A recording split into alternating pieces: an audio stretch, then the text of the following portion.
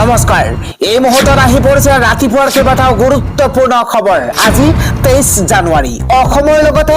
ভাৰতৰ বিভিন্ন প্ৰান্তৰ পৰা ৰাতিপুৱাৰ কেইবাটাও খবৰ আহি পৰিছে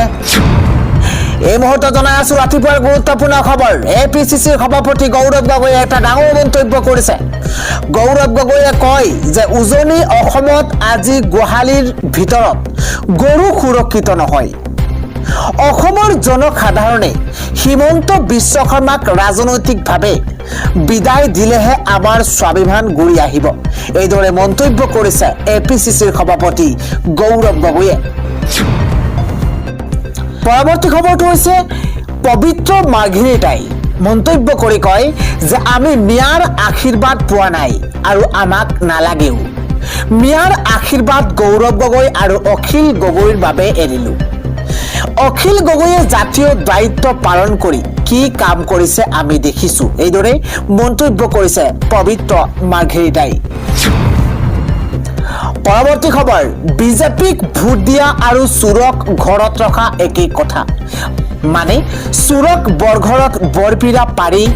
বহিবলৈ দি বাহিৰত চুৰ বুৰি বিচাৰিব যোৱা একেই কথা চুৰৰ হাতত দেশ পৰিছে এইদৰে বিস্ফোৰক মন্তব্য কৰিছে কংগ্ৰেছৰ মুখপাত্ৰ পলাশী দাসে পৰৱৰ্তী খবৰটো হৈছে এটা ফেচবুক পোষ্ট গৰিমা শইকীয়া গাৰ্গৰ প্ৰাণৰ শিল্পী জুবিন গাৰ্গৰ পত্নী গৰিমা শইকীয়া গাৰ্গে এটা ফেচবুক পোষ্ট কৰিছে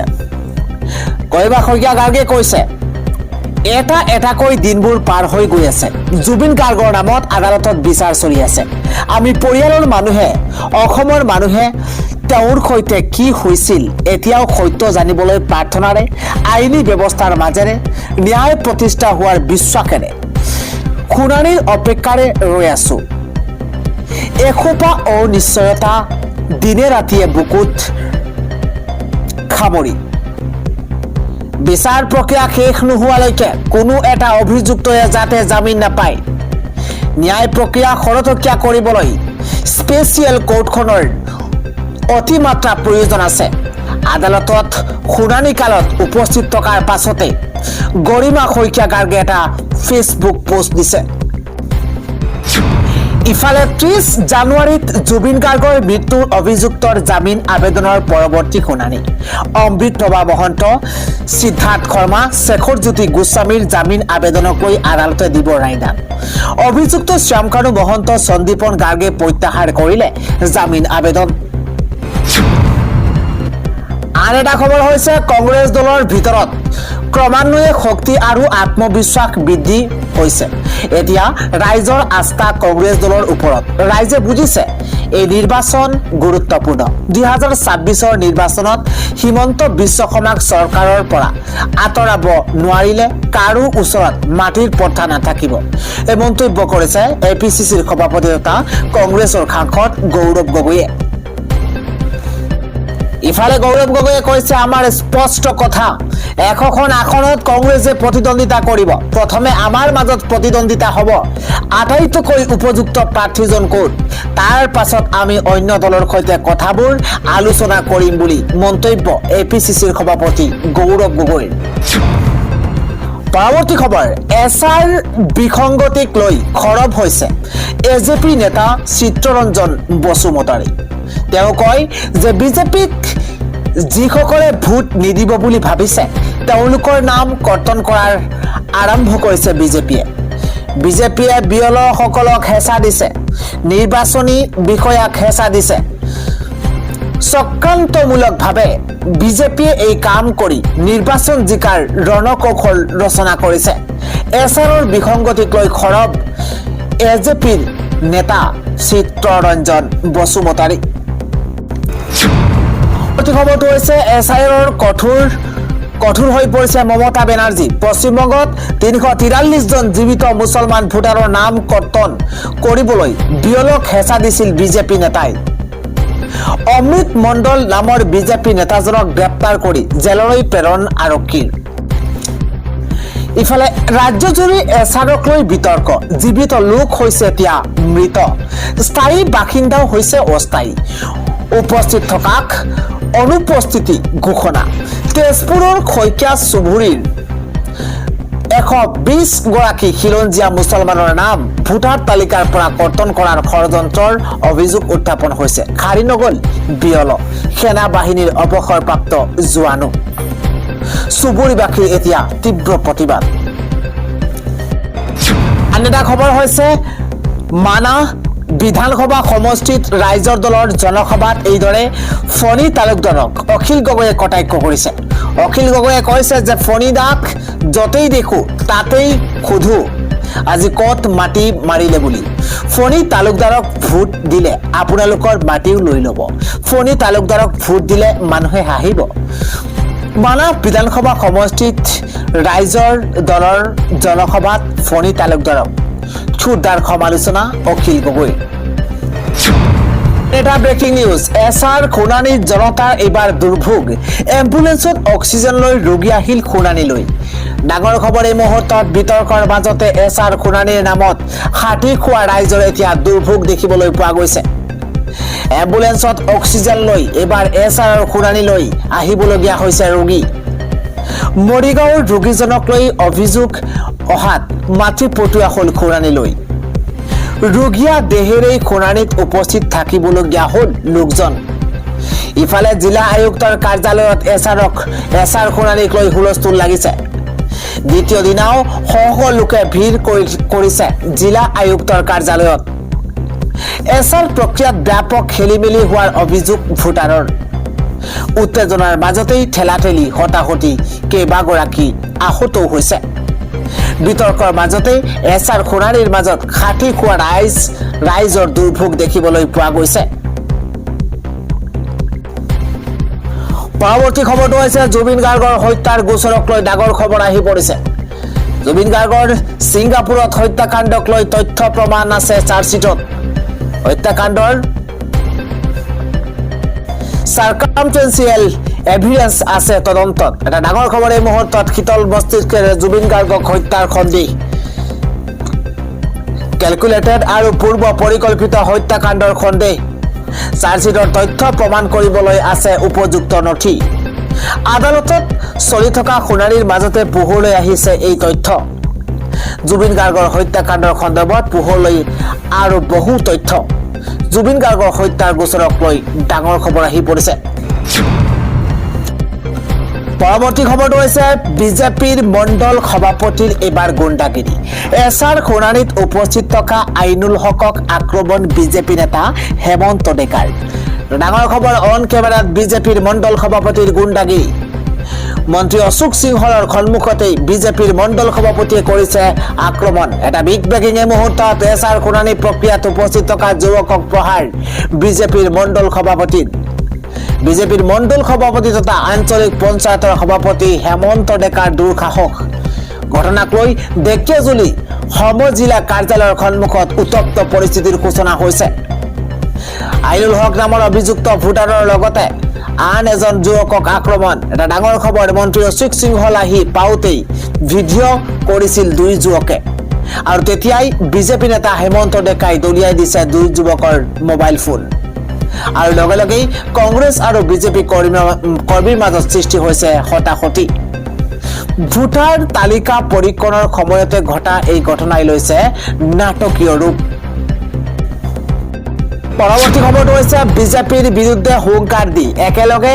10খন গাঁৱৰ ৰাইজে কৰিছে ভোট বৰ্জন এটা বিগ ব্ৰেকিং এই মুহূৰ্তত পলিটিকেল ডাঙৰ খবৰ নিৰ্বাচনৰ পূৰ্বে বিজেপি চৰকাৰক হুংকাৰ দি ভোট বৰ্জন একেলগে 10খন গাঁৱৰ ৰাইজে কৰিছে ভোট বৰ্জন মুখ্যমন্ত্ৰী মন্ত্ৰী পীযুষ হাজৰিকা মানৱ ডেকাৰ বিৰুদ্ধে প্ৰতিবাদ এবাৰ ৰাজপথলৈ ওলাই আহিছে 10খন গাঁৱৰ পুৰুষ মহিলা লখিমপুৰৰ আমতলা বনগাঁৱত এই তীব্ৰ প্ৰতিবাদ সৃষ্টি হৈছে স্থানীয় সাংসদ প্ৰধান বৰুৱাৰ বিৰুদ্ধে তীব্ৰ প্ৰতিবাদ ৰাইজৰ কোনো সমস্যা চৰকাৰে পূৰণ নকৰাৰ গুৰুতৰ অভিযোগ উত্থাপন হৈছে নিৰ্বাচনৰ পূৰ্বে বিজেপি চৰকাৰক হুংকাৰ দি ভোট বৰ্জন 10খন গাঁৱৰ ৰাইজৰ আন এটা খবৰ হৈছে বিজেপি চৰকাৰৰ বিৰুদ্ধে ৰাজপথত নামিছে লাখপতি বাইদেউ এবাৰ আমাক 10,000 টকা লাগিবই তালিকাত নাম নেদেখি প্ৰতিবাদত নামিল লাখপতি বাইদেউ ডাঙৰ খবৰ এই মুহূৰ্তত ৰাজপথত লাখপতি বাইদেউৰ প্ৰতিবাদ ঘৰৰ কাম বন এৰি প্ৰতিবাদ লাখপতি বাইদেউৰ গুৰুত্বপূৰ্ণ খবৰ আমাক 10,000 টকা লাগিবই আমাক পইচা লাগিবই মহিলা উদ্যমিতা আঁচনি আমাৰ লাগিবই নলবাৰীৰ বৰভাগৰ দুকোহাত প্ৰতিবাদ কৰিছে লাখপতি বাইদেৱে চেক অহাৰ আগে আগে আমাৰ নাম কাটি দিছে আমি গোটেই মিটিঙত যাওঁ হিন্দু মুছলমান মহিলাৰ মাজত বিভেদ আনিছে হিন্দু মহিলাই পাইছে মুছলমান মহিলাৰ নাম কৰ্তন কৰিছে ক্ষোভ উজাৰিছে এবাৰ লাখপতি বাইদেৱে তালিকাত নাম নেদেখি প্ৰতিবাদত নামিছে লাখপতি বাইদেউ ৰাজপথত লাখপতি বাইদেউৰ তীব্ৰ প্ৰতিবাদ চৰকাৰৰ বিৰুদ্ধে পৰৱৰ্তী খবৰ বিজেপিৰ বিৰুদ্ধে হুংকাৰ দি ওলাইছে ৰাইজ ভোটাৰ তালিকাৰ পৰা নাম কৰ্তন কৰাতকৈ আমাক গুলিয়াই মাৰক জাগুৰ খাই উঠিছে সংখ্যালঘু সংগ্ৰাম পৰিষদ এই মুহূৰ্তত গুৰুত্বপূৰ্ণ খবৰ ভোটাৰ তালিকাৰ পৰা নাম কৰ্তন কৰাতকৈ জাগুৰ খাই উঠিছে সংখ্যালঘু সংগ্ৰাম পৰিষদ এটা বিগ ব্ৰেকিং জীৱিত মানুহক মৃত সজাই নাম কৰ্তন কৰাতকৈ গুলিয়াই মাৰক জিলাই জিলাই সংখ্যালঘু ভোটাৰৰ নাম কৰ্তনৰ ষড়যন্ত্ৰ ৰচনা কৰা হৈছে শ শ জীৱিত লোকক মৃত সজাই তালিকাৰ পৰা বাহিৰৰ চেষ্টা চলোৱা হৈছে চৰকাৰৰ বিৰুদ্ধে জাগুৰ খাই উঠিছে সংখ্যালঘু সংগ্ৰাম পৰিষদ হাৰাশাস্তি কৰাতকৈ মুছলমানক শেষ কৰক মুখ্যমন্ত্ৰীগৰাকীয়ে বিজেপি কৰ্মীয়ে সংখ্যালঘু ভোটাৰৰ অবৈধ আপত্তি কৰি নাম কৰ্তন কৰিছে এই কাৰ্যত শংকিত হৈ পৰিছে সংখ্যালঘু নিৰ্বাচনী অস্ত্ৰ হিচাপে ব্যৱহাৰৰ অভিযোগ উত্থাপন হৈছে বৈধ নাগৰিকৰ নাম কৰ্তন কৰিলে ভয়াৱহ আন্দোলনৰ হুংকাৰ নিৰ্বাচন আয়োগ স্বতন্ত্ৰ নহয় বুলি অভিযোগ সংখ্যালঘুৰ যধে মধে আপত্তি কৰি মুছলমানক হাৰাশাস্তি কৰিলে সহ্য নকৰো বিস্ফোৰক মন্তব্য কৰিছে অসম সংখ্যালঘু সংগ্ৰাম পৰিষদে প্ৰতিবাদটো হৈছে সৰস্বতী পূজাও হ'ব জুমাৰ নামাজো হ'ব সৰ্বোচ্চ ন্যায়ালয়ৰ এক ঐতিহাসিক ৰায়দান এই স্থানতে হ'ব সৰস্বতী পূজা আদায় কৰা হ'ব জুমাৰ নামাজো হিন্দু সংগঠনৰ আবেদন খাৰিজ কৰিছে সৰ্বোচ্চ ন্যায়ালয়ে ঐতিহাসিক ভোজখালা চৌহদত পূজা নামাজ দুয়োটা অনুষ্ঠান হ'ব ভোজখালা চৌহদৰ এটা ভাগত হ'ব সৰস্বতী পূজা আনফালে হ'ব আন এটা ভাগত হ'ব জুমাৰ নামাজ ভোজখালা চৌহদত জুমাৰ নামাজ বাতিলৰ দাবীৰে কৰিছিল আবেদন আজি হিন্দু পক্ষৰ আবেদন খাৰিজ কৰিছে সৰ্বোচ্চ ন্যায়ালয়ে দুপৰীয়া 1 বজাৰ পৰা 3 বজালৈ ভোজখালাত হ'ব জুমাৰ নামাজ ভোজখালাত প্ৰশাসন সষ্টম হৈ থকাৰ নিৰ্দেশ সৰ্বোচ্চ ন্যায়ালয়ৰ ডাঙৰ খবৰ এই মুহূৰ্তত মধ্যপ্ৰদেশৰ ঐতিহাসিক ভোজখালা চৌহদক লৈ বৃহৎ ৰায়দান সৰ্বোচ্চ ন্যায়ালয়ৰ পৰৱৰ্তী খবৰটো হৈছে পুনৰ হ'ব জুবিন গাৰ্গৰ মৃত্যুৰ তদন্ত হিমন্তই নহয় অখিলে দিব জুবিন গাৰ্গৰ ন্যায় ডাঙৰ খবৰ এই মুহূৰ্তত জনোৱাৰ চেষ্টা কৰিছো জুবিন গাৰ্গক ন্যায় দিব অখিল গগৈয়ে পুনৰ হ'ব জুবিন গাৰ্গৰ মৃত্যুৰ তদন্ত এটা অত্যন্ত গুৰুত্বপূৰ্ণ খবৰ জনোৱাৰ চেষ্টা কৰিছো জুবিন গাৰ্গৰ মৃত্যুৰ প্ৰকৃত কাৰণ কিদৰে মৃত্যু হৈছিল জুবিন গাৰ্গক ন্যায় দিব নোৱাৰে হিমন্ত বিশ্ব শৰ্মাই হিমন্ত বিশ্ব শৰ্মাই নিজে জুবিন গাৰ্গৰ ন্যায় দিব বিচৰা নাই ৰাইজৰ দল শাসনলৈ আহিলে পুনৰ জুবিন গাৰ্গৰ মৃত্যুৰ চাৰ্জশ্বিট দিয়া হ'ব জুবিন গাৰ্গৰ মৃত্যুৰে দোষীক আমি শাস্তি দিম জুবিন গাৰ্গৰ ন্যায়ৰ বাবে আন্তৰ্জাতিক পৰ্যায়ৰ অধিবক্তা আনিম আমি শাসনলৈ আহিলে 6 মাহ বা 1 বছৰৰ ভিতৰত জুবিনক ন্যায় দিম এই ঘোষণা কৰিছে বিধায়ক অখিল গগৈয়ে আন এটা ডাঙৰ খবৰ অসমীয়া যুৱতীৰ সাফল্য ডাকি আত্মপ্ৰচাৰত মত্ত হিমন্ত বিশ্ব শৰ্মা মন্তব্য কৰিছে অজিত কুমাৰ ভূঞাই ছুইজাৰলেণ্ডৰ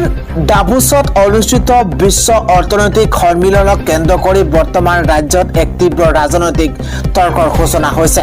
ৰাজ্যসভাৰ সাংসদ অজিত কুমাৰ ভূঞাই এক ফেচবুক পোষ্টৰ জৰিয়তে মুখ্যমন্ত্ৰী ডক্টৰ হিমন্ত বিশ্ব শৰ্মাক চোকা ভাষাৰে সমালোচনা কৰিছে সাংসদগৰাকীৰ মতে ছুইজাৰলেণ্ডৰ এই গুৰুত্বপূৰ্ণ সন্মিলনত অংশগ্ৰহণ কৰি মুখ্যমন্ত্ৰীয়ে নিজকে প্ৰথম অসমীয়া বুলি যি দাবী কৰিছে সেয়া আচলতে ইতিহাস স্ৰষ্টাৰ শাৰীত নিজৰ নাম অন্তৰ্ভুক্ত কৰাৰ এক প্ৰচাৰধৰ্মী কৌশলহে তেওঁ অভিযোগ কৰে যে চৰকাৰী প্ৰচাৰ যন্ত্ৰক সম্পূৰ্ণৰূপে ব্যৱহাৰ কৰি মুখ্যমন্ত্ৰীয়ে এই বিষয়টোক লৈ যি হুলস্থুলীয়া পৰিৱেশৰ সৃষ্টি কৰিছে তাৰ আঁৰত অসমৰ এগৰাকী প্ৰকৃত প্ৰতিভাশালী যুৱতী সাফল্যক গাপ দিয়াৰ চেষ্টা চলোৱা হৈছে। সাংসদ অজিত ভূঞাই উল্লেখ কৰে যে অসমৰ যুৱতী দৃষ্টি মেধিয়ে কেৱল নিজৰ দক্ষতা আৰু মেধাৰ বলতহে এই বিশ্ব সন্মিলনত অংশগ্ৰহণ কৰাৰ বিৰল সুযোগ লাভ কৰিছে। কিন্তু মুখ্যমন্ত্ৰী কেন্দ্ৰিক অতিৰঞ্জিত প্ৰচাৰৰ মাজত দৃষ্টিমেধিৰ এই কৃতিত্বক সম্পূৰ্ণৰূপে উপেক্ষা কৰা হৈছে, যিটো সাংসদগৰাকীৰ দৃষ্টিত এক লজ্জাজনক বিষয় আৰু ই এক ষড়যন্ত্ৰ সদৃশ কাম। তেওঁ লগতে প্ৰশ্ন উত্থাপন কৰে যে পূৰ্বতে কোনো অসমীয়া উচ্চপদস্থ আমোলাই এই সন্মিলনত অংশগ্ৰহণ কৰা নাছিল বুলি কৰা দাবীটো কিমান সত্য। তেওঁৰ মতে ডাভোছ সন্মিলনত অংশগ্ৰহণ কৰিবলৈ যোৱাটো মুখ্যমন্ত্ৰীৰ বাবে এক চৰকাৰী সুযোগহে, কাৰণ বৰ্তমান ভাৰতৰ প্ৰায় 10খন ৰাজ্যৰ মুখ্যমন্ত্ৰী বা প্ৰতিনিধি দলে এনে সুযোগ লাভ কৰিছে।